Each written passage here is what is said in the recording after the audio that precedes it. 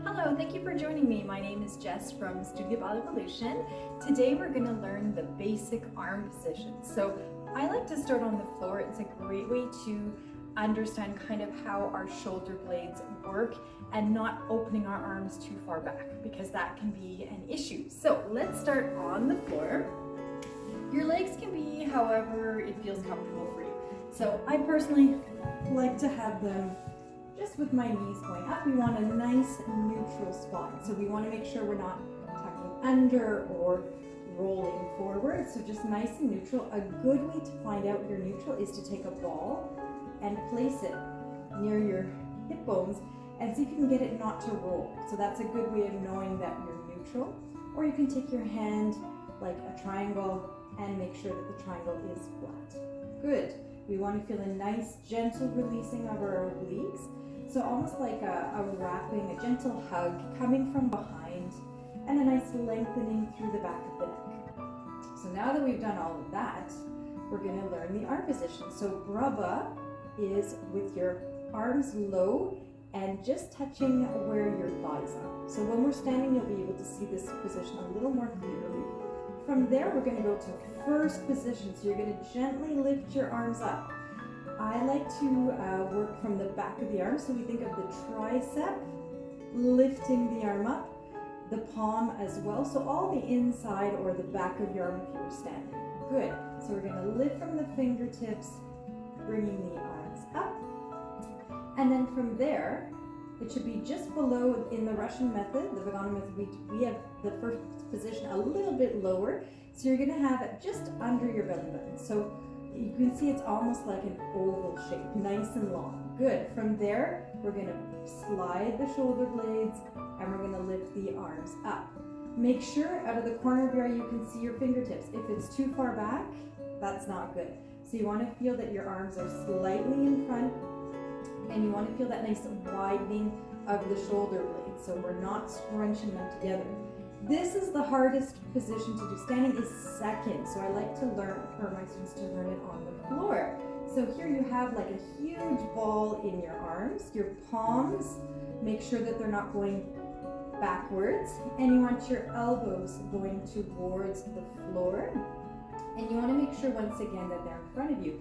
So by doing it on the floor, you're not able to overextend the elbows backwards, and you see how I'm losing my upper body and my rib cage and my shoulder blades are going together. We want our shoulder blades to widen and slide out.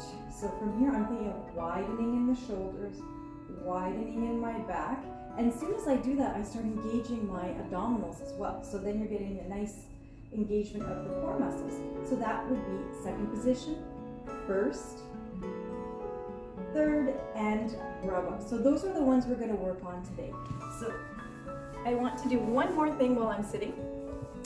We are going to work on the hands. So hands are also a big part of the arms. So a good way to practice is to take your thumb and middle finger and you can just hold the pen.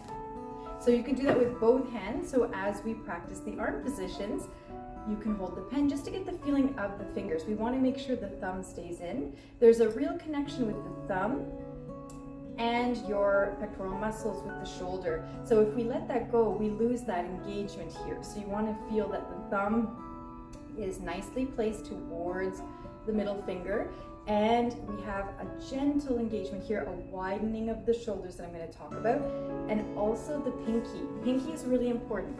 If we let the pinky drop, there's a nerve that goes all the way up and into the spine, into the head. We lose that nice support through the body. You'll feel it if you drop your pinky and then you pick it up. You'll feel there's a gentle kind of support going through the body, which is fantastic. So we want to feel that we're always neutral. A good way to practice that is to put your arm on a counter and just slide your arm back and forth, and you'll feel how this stays nice and neutral. We're not dropping. So now we're going to continue with the basic arm position standing. So before we go into the arms, it's really important to understand our posture and alignment. So if I stand sideways, I want to imagine that I'm against a wall. So we have the head and the shoulders and the hips in this alignment. So we're not going back, we're not going forward. You want to feel a nice lengthening through the spine. Wonderful. So what we talked about in the previous video was about the feet and the positions of the feet. So we always want to feel that we're absorbing like that water through the legs, through the back of the legs, through the core, and out the head, through the cervical spine, the back of the neck, and then that beautiful fountain. So we have that beautiful circling energy. We want to keep that all the time while we're dancing. So right now I'm in first. You can be in sixth position or whatever position is comfortable for you. And we're going to work on our arms. So if I take a little first position, right, we're just learning, so we don't want to overdo it. We want to have a nice little V with our feet, and my arms are in what we call rub-up. So they're almost touching my thighs. Good. We also want to create a beautiful frame. So do you see how there's space here? I'm not letting my elbows collapse in. My elbows are going to the sides. And then I also have a nice width of the shoulders. So I often tell my students to imagine that there are two walls and they're trying to touch the walls with their shoulders. So that way we're not compressing and pushing down our shoulders. We're leaving room to be able to move in the articulation, right? We want to have lots of mobility. So we don't want to be pressing down, but the width helps me to feel my core muscles and the nice lengthened feeling through the body and the correct placement of the arms. So we have our rub up. Now we're going to go up to first position. As I mentioned in the Vaganova method, we have arms a tiny bit under the belly button, so it's more like an oval, right? So it's not up here. Wonderful. So it's a nice frame for the face. Another thing, imagine you have really long fingernails and you want your fingers to touch those fingernails. Good. We're going to float the arms up to third. Like we did on the floor. Remember I talked about moving from the tricep, the elbow, and the palms of the hands, and we're going to add the fingertips in there. So as we lift the arms up, they're just floating up, the shoulders stay neutral. And once again, you want to have those fingers almost touching each other. If you wiggle them, you should be able to see them out of the corner of your eye. We don't want to do this, right? We're losing our rib cage, our lower back is getting a lot of pressure, and we wouldn't be able to dance like that. So really important, that gentle wrapping of the obliques and that feeling of the arms right in front of you. You can always check, oh, are my fingers close enough? Good. And then we're going to open to second position. Second position is the hardest position to learn. So I recommend trying on a counter. So if you put your arms on a counter and you just open and close them, it's going to help you to feel this relationship here.